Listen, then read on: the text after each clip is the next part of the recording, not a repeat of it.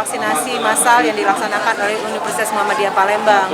Karena ini membuktikan bahwa Universitas Muhammadiyah Palembang sangat peduli terhadap kesehatan, keselamatan dari seluruh warga, khususnya mahasiswa.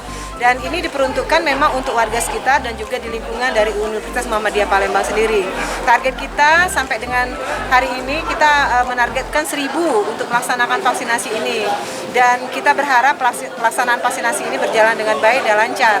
Yang kedua, kalau semuanya sudah ikut serta seperti ini, kemungkinan besar target kita sampai dengan 70% di akhir bulan Oktober ini betul-betul bisa terrealisasi ya. Karena banyak sekali antusias warga luar biasa besar.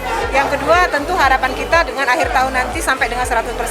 Nah, jika semua ini sudah kita laksanakan, kita sangat yakin sekali kita sudah mulai new normal nih. Berarti nanti perkuliahan sudah bisa dilaksanakan secara tatap muka, begitu juga sekolah-sekolah, dan menjadi suatu kewajiban bagi usia yang sudah 12 tahun plus 2 hari itu sudah harus mendapatkan vaksinasi. Saya sudah divaksin, bagaimana dengan Anda?